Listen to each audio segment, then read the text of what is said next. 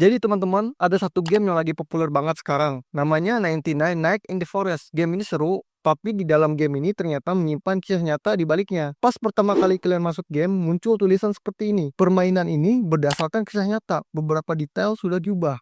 Dari situ aja sudah bikin merinding kan? Lalu muncul 4 gambar. Di gambar pertama ada cerita tentang seekor rusa yang berdiri dengan 2 kaki di hutan. Nggak lama kemudian 4 anak hilang tanpa jejak. Setelah itu polisi mencari tapi nggak menemukan apapun. Akhirnya hutan ini ditutup untuk umum. Di game ini kita dikasih waktu 99 malam buat bertahan hidup di hutan. Tugasmu adalah mencari tahu apa yang sebenarnya terjadi melawan para pemuja yang marah dan bersembunyi dari monster rusa yang menyeramkan. Yang bikin menarik adalah monster rusa ini terinspirasi dari legenda makhluk bernama Wendigo. Kalau kamu belum tahu, Wendigo itu digambarkan sebagai makhluk setengah rusa, setengah manusia. Banyak orang percaya Wendigo itu merasuki manusia, dan ada juga yang mengaku pernah melihat penampakannya. Bagi sebagian suku pribumi di Amerika Utara, Wendigo ini bukan sekedar monster. Dia adalah simbol manusia itu sendiri yang kehilangan kemanusiaannya karena keserakahan atau kanibalisme. Serem banget kan? Dan gak cuma monster rusa. Di game ini juga ada kelompok pemuja misterius yang punya rahasia gelap mereka sendiri. Para pemuja ini adalah satu-satunya manusia jahat di dalam game. Mereka biasa muncul setiap 3 malam sekali untuk menyerang pemain. Kalau kamu lengah, mereka bisa langsung mengalahkanmu. Nah, yang bikin makin misterius, orang pemuja ini kaitannya dengan legenda Wendigo juga. Ada teori yang bilang mereka ini adalah orang-orang yang dulu terjebak di hutan, lalu kehilangan akal sehatnya karena rasa lapar dan ketakutan. Itu sebabnya mereka jadi pemuja makhluk rusak menyeramkan itu. Jadi bukan cuma sekedar monster, mereka dulu adalah manusia juga sama seperti kita. Coba kau perhatikan para pemuja ini. Mereka memakai tanduk rusa di kepalanya. Itu karena mereka menyembah makhluk rusak tersebut. Tapi ternyata bukan cuma soal penyembahan saja yang mereka lakukan. Mereka mengalami yang disebut dengan psikosis Wendigo. Itu semacam gangguan di mana seseorang jadi terobsesi pada daging manusia. Beberapa orang percaya kondisi ini bikin seseorang benar-benar menjadi seorang Wendigo sendiri. Dalam legenda, kalau orang yang terkena psikosis Wendigo ini nggak bisa disembuhkan dan mulai membahayakan orang sekitar, mereka terpaksa harus dieksekusi. Jadi bisa dibilang para pemuja yang jadi musuh di game ini sebenarnya adalah orang-orang yang sudah terjebak dalam psikosis Wendigo. Mereka menyembah makhluk itu, tapi juga menyerangmu karena mereka lapar dan ingin makan dagingmu. Menariknya, konsep pemujaan ini juga mungkin terinspirasi dari game lain berjudul The Forest. Di sana kamu juga harus bertahan hidup melawan alam, sekaligus menghadapi kelompok kanibal yang mengintai di sekitarmu. Banyak orang yang bahkan membandingkan pulau The Forest ini dengan pulau Sentinel di utara, sebuah pulau nyata yang dihuni suku asli katanya. Mereka sudah tinggal di sana lebih dari 60.000 tahun dan hampir nggak pernah disentuh oleh dunia luar. Sampai sekarang, suku di pulau itu masih hidup dengan cara yang kuno. Mereka memakai tombak, busur, dan anak panah untuk menyerang kapal atau helikopter yang mencoba mendekat. Jumlah orang di pulau itu diperkirakan hanya 50-150 orang. Tapi tentu saja itu tidak pasti, karena siapapun yang mencoba mendekat selalu langsung diserang oleh mereka. Sekarang, mari kita kembali ke game Roblox. Dengan kisah 4 anak yang hilang, apakah ini benar-benar berdasarkan kisah nyata? Ternyata iya teman-teman. Cerita bermula pada tanggal 9 Juni 2023, sebuah pesawat kecil membawa 7 orang, termasuk seorang ibu dan keempat anaknya. Sayangnya pesawat itu jatuh tak lama setelah lepas landas. Dari semua penumpang, hanya 4 anak itu yang selamat. Mereka benar-benar harus bertahan hidup di hutan Amazon yang sangat besar dan luas, sendirian. Umur mereka pun masih kecil. Yang pertama umurnya 13 tahun, yang kedua umurnya 9 tahun, yang keempat umurnya 4 tahun, dan bahkan ada bayi berumur 11 bulan. Selama hampir 40 hari mereka berpindah-pindah tempat untuk bertahan hidup. Kadang mereka bersembunyi di batang pohon agar tidak kehujanan, bahkan pernah harus berhadapan dengan ular berbisa. Sementara itu militer mengadakan operasi besar yang disebut dengan Operasi Harapan untuk menemukan mereka. Setelah 40 hari pencarian, akhirnya keempat anak itu berhasil diselamatkan. Yang menarik, setelah dirawat di rumah sakit, salah satu anak menggambarkan seekor anjing yang duduk di bawah pohon dekat sungai. Katanya selama di hutan mereka bertemu anjing itu, dan hewan itu sempat menemani serta melindungi mereka sebelum akhirnya menghilang kembali ke dalam hutan. Militer yang melihat gambar ini terkejut karena sangat mirip dengan seekor anjing penyelamat bernama Wilson yang memang hilang saat misi pencarian. Ada teori yang bilang mungkin anak-anak ini hanya berhalusinasi karena kelelahan dan kurang gizi. Tapi ada yang percaya anjing itu benar-benar ada dan melindungi mereka selama di hutan hujan Amazon. Yang jelas, semua anak akhirnya selamat dan kisah nyata ini mirip dengan tujuan utama di dalam game 99 Night in the Forest. Kamu harus bertahan hidup sambil menyelamatkan anak-anak satu persatu dari teror misterius di dalam hutan. Jadi ya, game ini memiliki banyak elemen yang terinspirasi dari kehidupan nyata. Di dalam game ini ada cerita tentang 4 orang anak yang hilang di hutan. Memang dalam kehidupan nyata ada operasi penyelamatan, tapi di game ini ditambah dengan unsur horor. Ada makhluk rusa misterius dengan kedua kakinya yang berdiri dan para pemuja misterius yang menyembahnya. Walaupun itu fiksi, tetap ada sedikit kaitannya dengan tradisi dan budaya nyata. Misi utama di 99 Night in the Forest adalah menemukan dan menyelamatkan keempat anak yang hilang tersebut. Cerita ini dimulai ketika kamu mendirikan kemah, Lalu tiba-tiba seekor rusa aneh berdiri dengan dua kakinya. Rusa itu hanya diam, memperhatikanmu seakan sedang menunggumu. Tapi dia tidak sendiri. Ada pengikutnya, yaitu para pemuja yang akan terus menyerangmu di malam hari. Jika mau bertahan hidup dari serangan rusa dan para pemuja sambil mencari anak-anak yang hilang tersebut.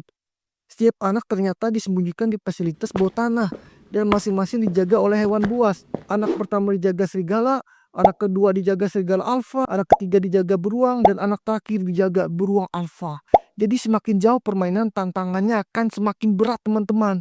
Setelah kamu berhasil menyelamatkan semua anak, seharusnya permainan hampir selesai. Tapi ternyata masih ada misteri yang lebih besar. Dari mana asal para pemuja ini dan siapa sebenarnya makhluk rusa yang disebut Midigo itu?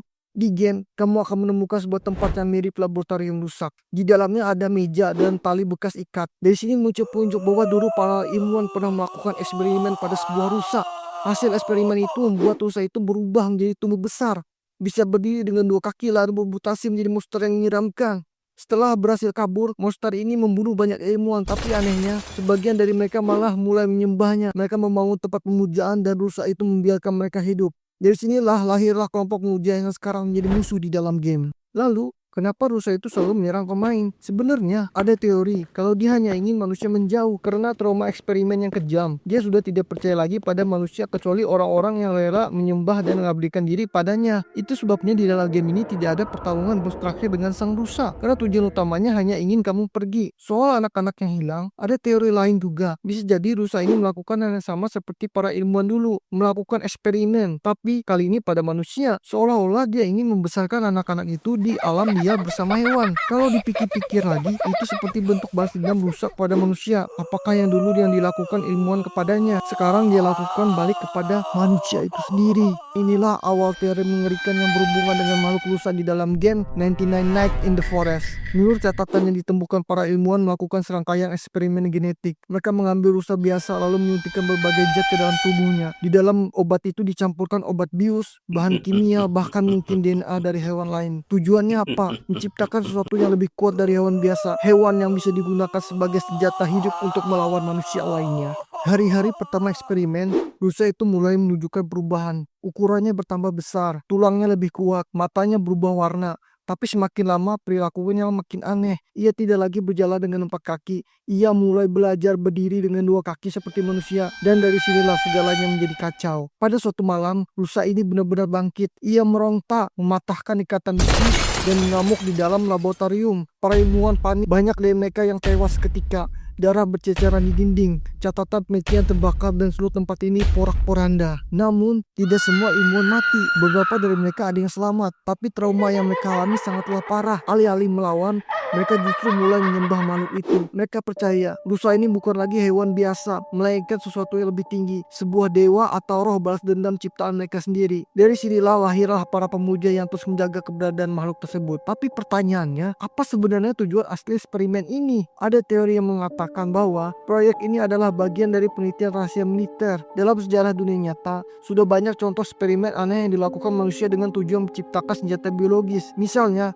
pada masa Perang Dingin dahulu, negara Soviet pernah melakukan percobaan dengan hewan-hewan besar. Bahkan ada laporan tentang upaya menggabungkan genetik hewan berbeda untuk menciptakan makhluk baru. Hal yang sama terjadi juga di dalam game 99 Nights in the Forest. Bayangkan jika seekor rusa bisa tumbuh sebesar monster, mampu berjalan dengan 2 kaki, punya kecerdasan yang lebih tinggi dan bahkan bisa menyembuhkan dirinya sendiri berkat mutasi, itu akan menjadi senjata hidup yang mengerikan. Namun eksperimen ini jelas gagal. Makhluk yang diciptakan mereka menolak untuk dikendalikan. Ia justru berbalik membunuh penciptanya.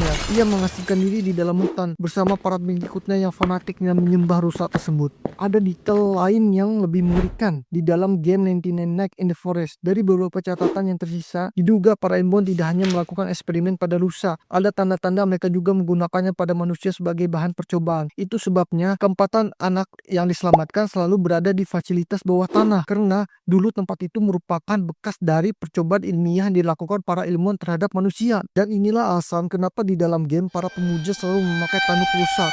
Itu adalah simbol tanda kesetiaan mereka pada makhluk ciptaan yang mereka anggap sebagai dewa. Mereka percaya dengan mengikuti makhluk ini mereka akan mendapatkan kekuatan yang sama. Kalau dipikir-pikir, ini bukan hanya sekedar cerita game. Dalam kehidupan nyata, sejarah mencatat banyak eksperimen gelap yang dilakukan tanpa sepengetahuan dunia. Misalnya, proyek MK Ultra di Amerika di mana manusia dijadikan bahan percobaan obat-obatan, lalu eksperimen medis di era perang di mana ilmuwan tanpa hati nurani mencoba menciptakan prajurit yang lebih kuat dengan cara yang tidak manusiawi. Eksperimen di dalam game ini seakan mencerminkan sisi gelap manusia, rasa serakah untuk menciptakan sesuatu yang lebih kuat meski harus melanggar batas moral. Tapi pada akhirnya semua itu selalu berakhir dengan buruk. Maka wajar kalau di dalam cerita game 99 Nights in the Forest, monster rusa ini tidak bisa dikalahkan karena ia bukan hanya musuh biasa, ia adalah simbol dari kesalahan manusia. Ia menyerang bukan untuk berkuasa, tapi untuk mengusir manusia dari wilayahnya, untuk membalas penderitaan yang pernah ia alami di laboratorium itu. Dan pertanyaan terakhir untuk kita semua, apakah eksperimen ini benar-benar ada atau tidak di dunia nyata, atau mungkin di suatu tempat yang jauh dari peradaban ada makhluk lain yang juga lahir dari percobaan manusia?